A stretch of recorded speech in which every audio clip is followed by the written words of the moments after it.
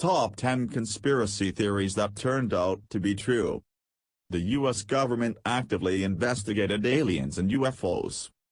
Alien conspiracy theories have been around forever, and they tend to stick around, thanks to government secrecy. This is especially true of the United States government, which has fostered numerous conspiracy theories, including one that claims the government actively investigated UFOs and aliens. Investigating UFOs is part of the job for the military, seeing as it just means unidentified flying object. That doesn't mean UFOs are treated as alien in origin by the military. It only means that the military treats unidentified objects as possible threats, so it checks them out. The alien bit seems far-fetched, but it turns out to be true. Not only did the U.S. government actively search the skies for aliens, but it spent a ton of cash doing it.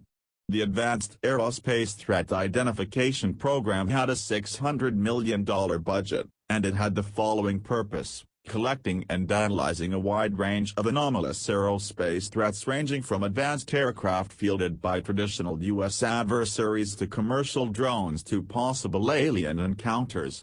The program came to light in the early 2000s, but most people didn't notice until the 2017 release of declassified videos that remain inexplicable. Canada was so worried about homosexuality, it developed gaydar.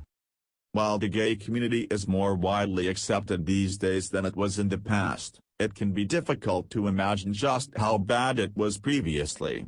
In many Western nations, homosexuality was illegal. This forced people in that community to live their lives in secret and seclusion. While this was more of a problem for the people in that underground community, that didn't mean the people outside it left it alone. Governments didn't understand gay issues. That bit hasn't changed much, and some did bizarre things to counter the so-called counterculture. There are hundreds of conspiracy theories about governments and homosexuality issues from the 20th century, but the strangest has to be the one suggesting Canada created a so-called gaydar. The weirdest part of the theory isn't that it's true. It's that the government actually did it. Sort of. Canada hired a university professor to create a machine that could detect homosexuality in federal employees. It worked by measuring pupil dilation to same-sex erotic imagery. Canada used the fruit machine, as it was called, to fire or exclude over 400 men from civil service, the Mounties, and the military. The truth of what crashed in Roswell, New Mexico in 1947. If there's one conspiracy theory out there that refuses to go away, it's the one surrounding the crashed UFO in Roswell, New Mexico, in 1947. It's a widespread conspiracy theory, and it's likely never going to die. Part of the problem comes from the continuous denials of the Department of Defense that anything extraterrestrial happened in Roswell. Still, claims of a cover-up by the government persist. The DoD may have persisted in claiming that the crash involved a weather balloon, but it turns out, something else crashed in Roswell. It didn't have anything to do with aliens, but the government did employ a cover-up to hide the truth. The cover-up came from the desire to keep Project Mogul secret. This was at the dawn of the Cold War, and the U.S. government was all about keeping its various plots secret from the public and the Soviet Union. Project Mogul was a Cold War attempt to keep an eye on Soviet nuclear weapons development. It used a balloon to lift acoustic detection equipment into the sky.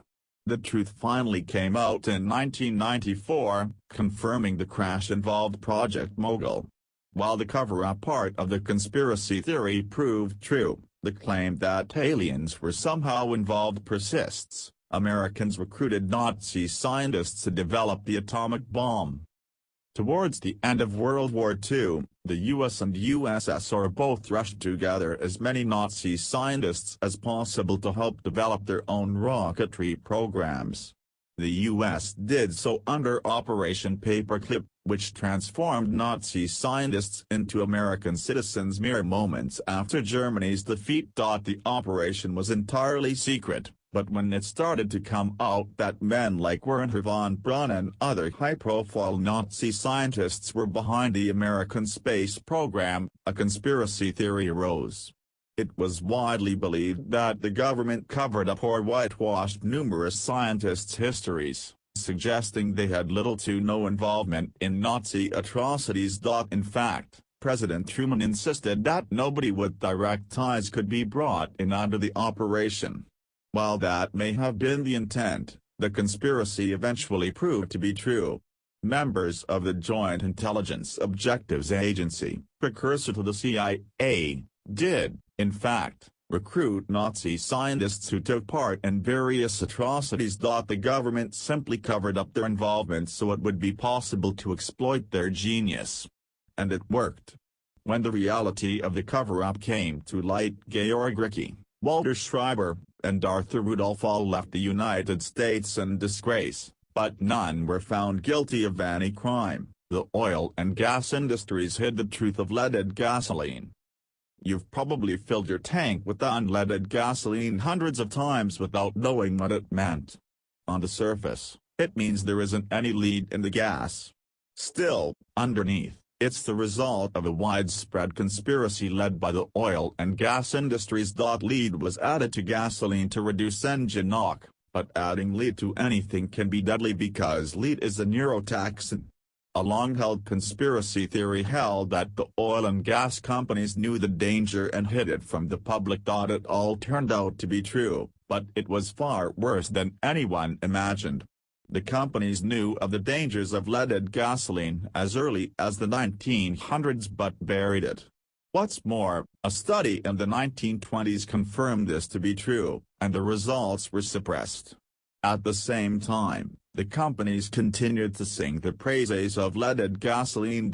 Leaded gasoline was phased out in the U.S. in the 1970s. But Ethel and Doctel continued to sell it in Eastern Europe and developing nations for 14 years. The damage done by this vast conspiracy was widespread and likely more damaging than the one carried out by the tobacco industry in the 20th century.